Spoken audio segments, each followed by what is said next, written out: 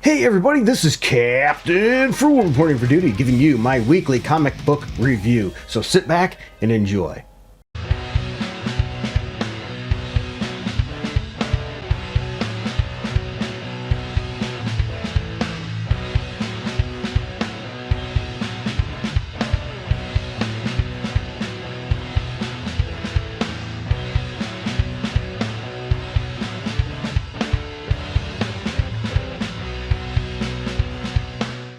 Alright everybody, for those of you that know the drill, I go over a bunch of comic books for the week that I chose to read. Now I didn't have time to read everything, so if I missed something you think I should have read, let me know in the comments below. Also, you may disagree with me on some of my choices. If that's the case, that's alright. Let me know below. Let's just try to keep it civil. My goal is to bring back the old schoolyard days, where we would be in discussing what hero could beat who or what comic book was good and not. And I come armed with my trusty notes, so you'll hear the paper rattle because I do it a little bit old school. I do my grading on a scale of 0 through 10, 7 being average as a 70%. So I'm using schoolyard grading. But that's not all. I also use the League of Comics Geeks to give you other people's views as well as a brief overview of the comic book as well. So let's jump right in. Before we jump right into this, I just want to say, hey, welcome. Thanks for watching this video, and please be sure to like and subscribe if you don't mind. It really helps out the channel, and leave your thoughts down below in the comments. All right, so the first book I want to talk about is Deadpool number 2, where 99 out of 103 liked it on League of Comics Geeks, and they gave it a 4.1 average rating. I will say it's a lot higher rating than I gave it. I gave it a 7. I didn't think it was a bad book, by no means do I think it deserves a 4.1, but hey, who knows? League of Comics Geeks does tend to give higher scores than I do. Anyway, the writer for this book was Cody Ziegler, and the artist is Rog Antonio. Once again, I do butcher names. I apologize for that. So what is this book about? Well, after botching the Montreal job and making a new enemy out of Death Grip, Deadpool has had the great idea that he wants to start his own mercenary agency. And that's really where this one gets fun and gets into, and I think it's an interesting thing, is he hires the Taskmaster. Hopefully we'll get to see Taskmaster written a little better, because the last few times we've seen Taskmaster through Marvel, they sort of made him more of a joke character, and I think he deserves better than that. It's a bit of a slow issue, though I will say it's a better direction for the Deadpool character than the last Deadpool series that we got. Not Bad Blood, but the last one was more focused on him and his love for that lady there. Just, I don't know, it didn't seem to hit the right audience in my opinion. It's good art in this issue too, and it really is a nice touch to see Deadpool working with Taskmaster. I like that. I think it's a nice change of pace there. Now, there's some really good books out this week. It's been a pretty good mixed bag, but this series, and it continues to surprise me how good this has been. And that's none other than Transformers. This whole connected universe through Image right now, I think is selling well based on the numbers I'm seeing for reviews and things, and I think it deserves every bit of it. Anyway, it's Transformers issue number 8, where 215 out of 218 liked it with a 4.5 average rating. Pretty darn impressive there. The writer is Daniel Warren Johnson. The artist is George Corona. And this is pretty solid scores. I gave the book a 7.5, not as high as they did, but that doesn't mean I didn't like it. Welcome to Cybertron, as the Autobots and Decepticons make some tough choices to survive on Earth. Both teams in this book are starting to gear up. And this is another good issue. There has not been a bad issue in this 8 issues depth so far of the Transformers. The series is going great. They're doing a great job, though, in this issue of adding heart to the character and good characterization.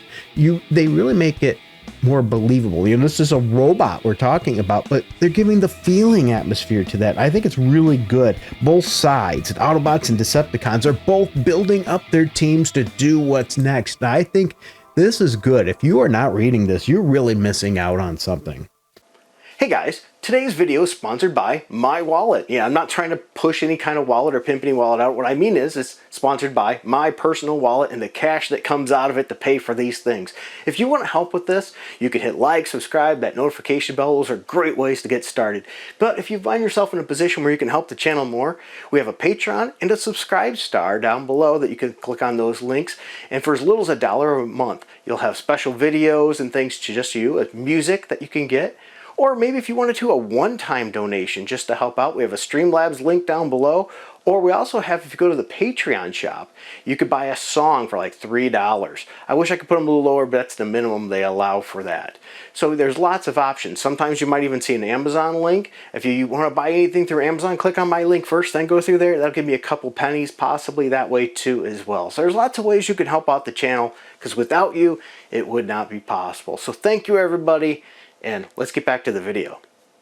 Speaking about missing out on something, maybe one that you're not missing so much is The Amazing Spider-Man issue number 49. 130 out of 154 liked it with a 3.7 average rating on League of Comics Geeks. Now, with that said, I gave it a 7.3, so a little better than average. Writer is Zeb Wells, letterer is Joe Carmagna, which, I probably butchered his name anyway.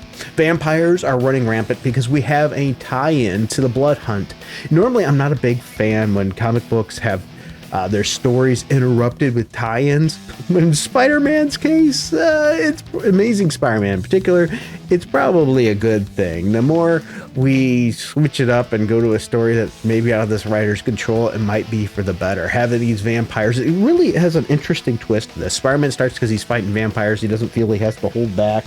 There's no issues there. And I think that's cool. But by the end of the issue, he has a different insight on the whole situation. So I appreciate that, which makes me wonder, maybe this writer can write Spider-Man to just need to give him the big picture direction and focus on the micro stuff. I don't know. But this is better than most Amazing Spider-Man we've been getting. If you're not a Blood Hunt tie-in fan or reading the Blood Hunt, yeah, you're probably going to want to skip this one. But really, it's decent art. Spidey, as I said, starts off with the one view and it ends with something different, makes it more complicated. This is definitely a better storyline than we've been getting with Spider-Man. And so maybe the Blood Hunt's worth a shot. I know a lot of people, and some of the people I converse with are not a fan of the Blood Hunt and are ignoring it completely. But you know what? I'm actually, they might get out the pitchforks on me on this one. I don't dislike it. I'm actually enjoying this, and I'm not a big fan of a lot of tie-ins. Next one I want to talk about is Captain America issue number 9. 43 out of 47 liked it with a 3.7 average rating on League of Comics Geeks. What saddens me there is I wish those numbers were higher for people reviewing it, because it's telling me this book is middling at best in sales. And, being a huge Captain America fan, I wish it more. And we have Straczynski here writing the book. But there is a couple issues here that I have with it as well. I gave the book a 7.3, so even I can't say I gave it super high marks. I like Straczynski's writing. He's the writer here, J. Michael Straczynski, and the artist is Jesus Ayaz, and I think he does a pretty good job as well.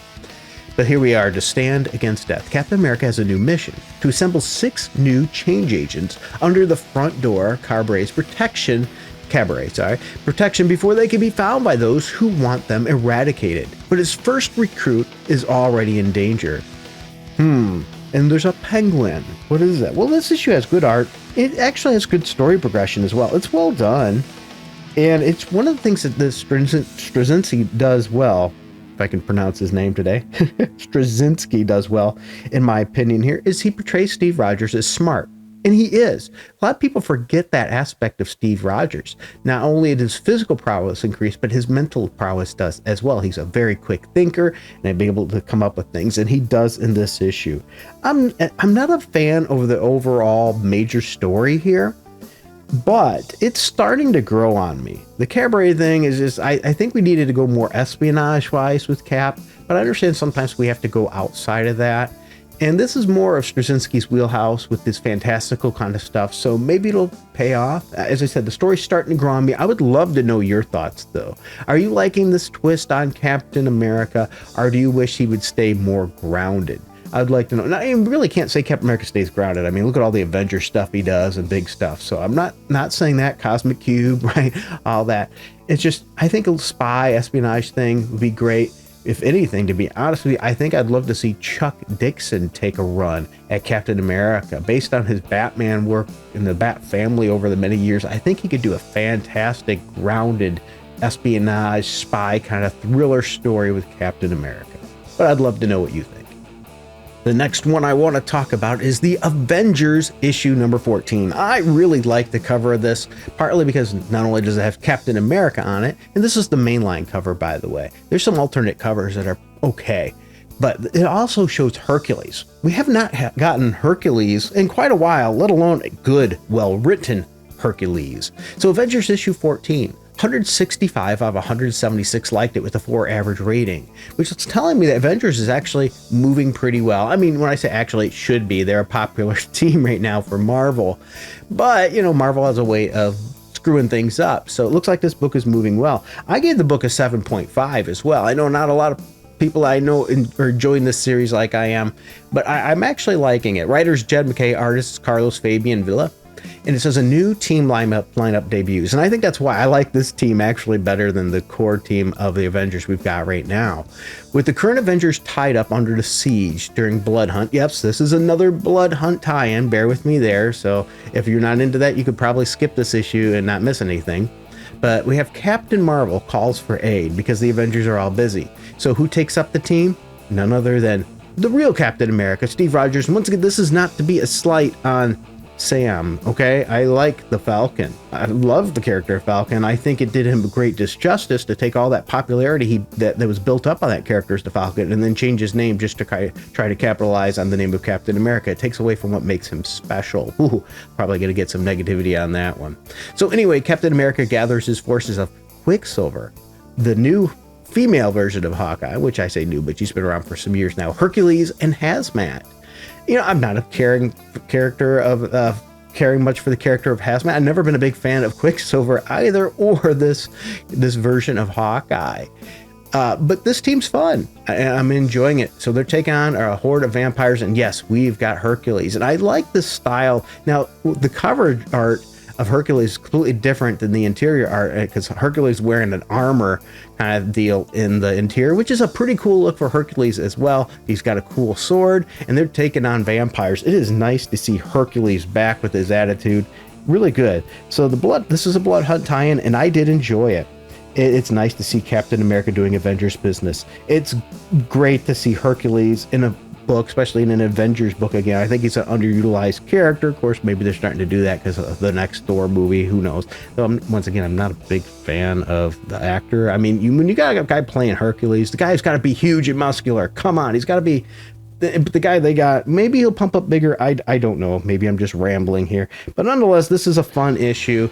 I would recommend checking out the Avengers. At least this issue, if you're into the Blood Hunt, it is a worthwhile tie-in. Once again, if you're not, it's probably not for you. The next one I want to talk about is Captain Marvel number 8. 36 out of 41 liked it with a 4 average rating on League of Comics Geeks, showing that yes, Captain Marvel is selling like she usually does.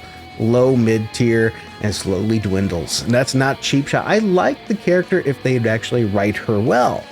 And with this book, we have the writer Alyssa Wong and artist Ruari Coleman. And we said in the book says it's a new status quo. Carol's connection to Young Yang is shattered, and the undone is still coming. Captain Marvel reaches a point of no return. 36 out of 41 liked it with the 4 average rating I mentioned already, but I gave it a 7.2. I'm sorry, I don't think it's near as good as what they were saying there. It's decent art in this book, and to be fair, this issue has a lot of action. So if you're seeking some action, there you go. We finally get some action paced issues here with Captain Marvel, but the thing is, the story really doesn't progress any. Very, very little story progression in this issue. I don't know. This is a character that deserves better. Just deserved better for a long time. Hopefully they can get it done, but I just don't see it happening with this team. The next issue I want to talk about is Daredevil number 9. 106 out of 109 liked it with a 4.1 average rating. This book has some really cool alternate covers as well. The standard cover is pretty good too. Now, I didn't quite give the book as high of a score as they did, but I did like it. I gave it a 7.3. The writer is Salman Ahmad, artist is Juan Cabal, and it says washed in blood. The peace Matt Murdock thought he had found has started to crumble into bloody rubble. And as enemies surround Matt and Elektra from all sides, Wilson Fisk makes a mysterious and dangerous return. I think out of that little blurb it should be with a question mark. Because here's the thing.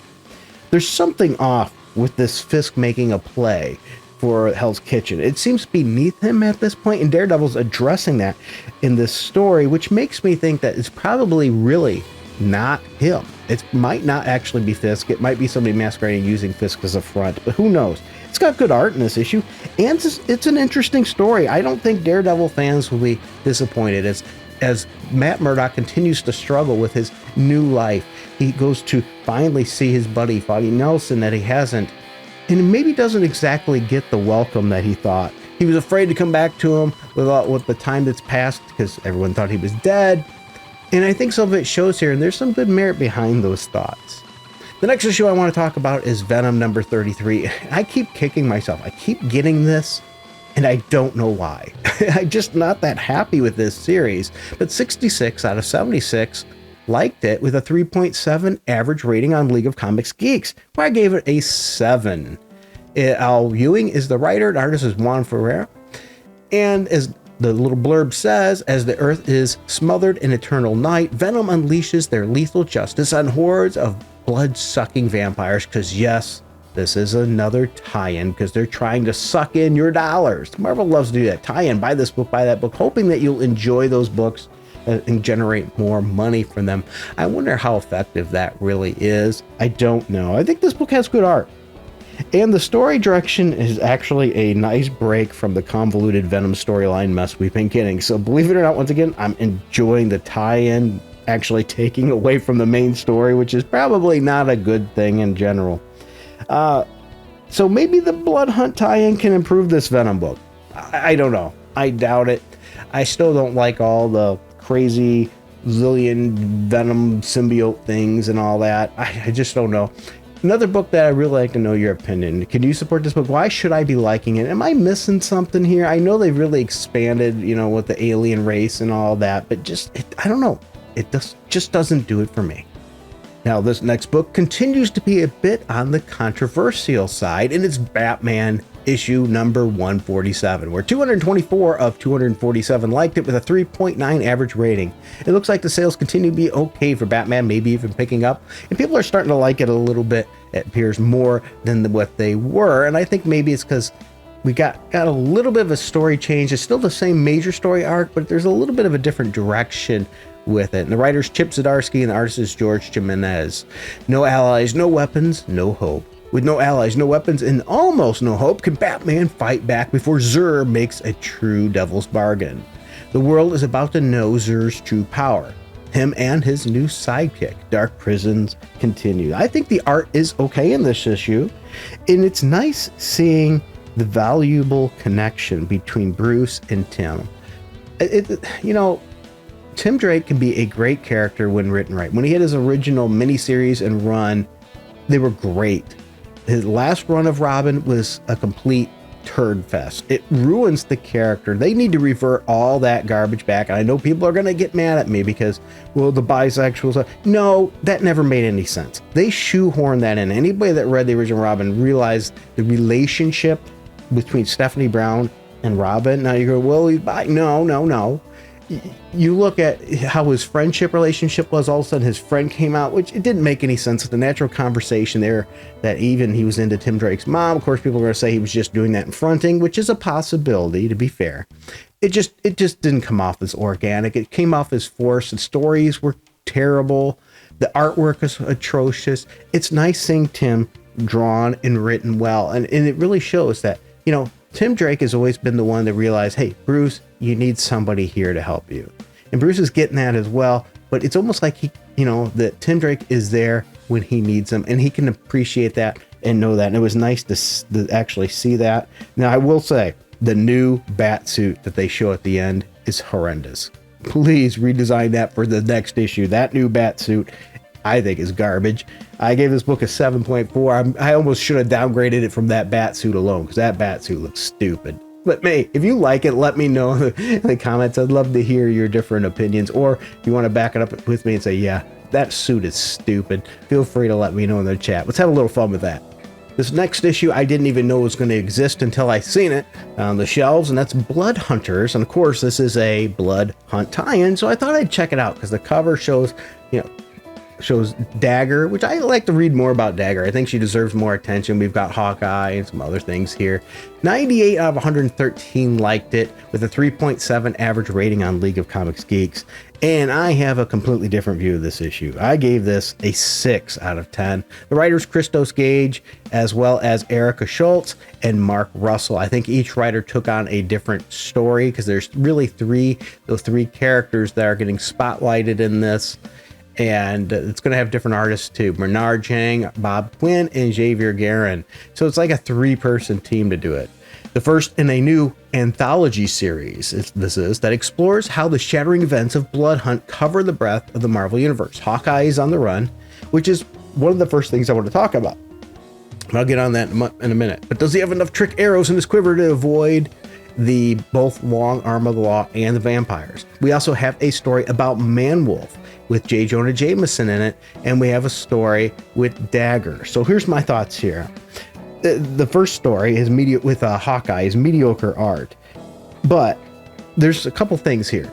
Hawkeye shoots an arrow and makes a miss. He misses. Since when does Hawkeye ever miss? I'd like to know that. But another thing too is Hawkeye in this story adds nothing.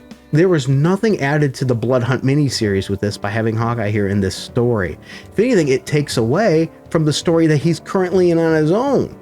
And they reference that he's on the run and stuff. So that was a complete waste. That first story, completely unnecessary. The second story we have with the Man-Wolf there. And, well, it was mediocre at best in that second story. JJ is completely written out of character here. They sort of try to tie it up at the end, but there's no way JJ is blasting Spider-Man Peter Parker like he was at this time. Even though his feelings about his son and stuff, it really was not making any sense how it was done. And the Man-Wolf just doesn't really add, once again, much to this event, except that, oh yeah, he's in it. Now, the third story, that's the only one, in my opinion, worth a darn in this Blood Hunters tie-in. And that's because we've already seen Dagger in this story, and we're getting a continuation of what's going on with her, because remember, Cloak is now gone. So out of the three, this is the only one really worth anything in this event tie-in book. It's decent art, and I'll be honest, I think the more we see of Dagger, the better. This character, her and Cloak, are characters that deserve to be seen more. They're not utilized a whole lot, and we could do a whole lot more with them. So really only one of the books I thought was worth much in this, and that's why I can only give it a 6 out of 10. If you read this, what are your thoughts on it? I'd really like to know. Now, the next one is one that I've been enjoying, and that's Shazam issue number 11. 78 out of 85 liked it with a 4 average rating on League of Comics Geeks. When I read Shazam, I don't read it for like dark stories or even necessarily current lining up with the current DC. I read it for sort of a out of its time adventure, going a little bit more of a throwback classic style. And I think that's what we're getting by the writer Josie Campbell and the artist Emmanuel Lupacino. Sorry once again if I butchered you and all that. I give this book a 7.3. Now, with that said, it's still not the best book in Shazam. I think it was better underweight in the previous team, though it continues to be pretty good. The Vasquez have made the extraordinary decision to adopt the kids. And so in this time, they're getting an inspection from the adoption agency to see if they're going to be worthy and okay to adopt. And just recently, remember, they had their home rebuilt, and so things are pretty weird. It's a magical mess, and it continues with this issue as we get some Jeepers Creepers throwback to the movies, right? Kind of creatures in it. It's decent art. It's a fun, campy story, and that's what you're getting with Shazam right now. Camp. And I like it. I like that. And this is another fun issue in the story.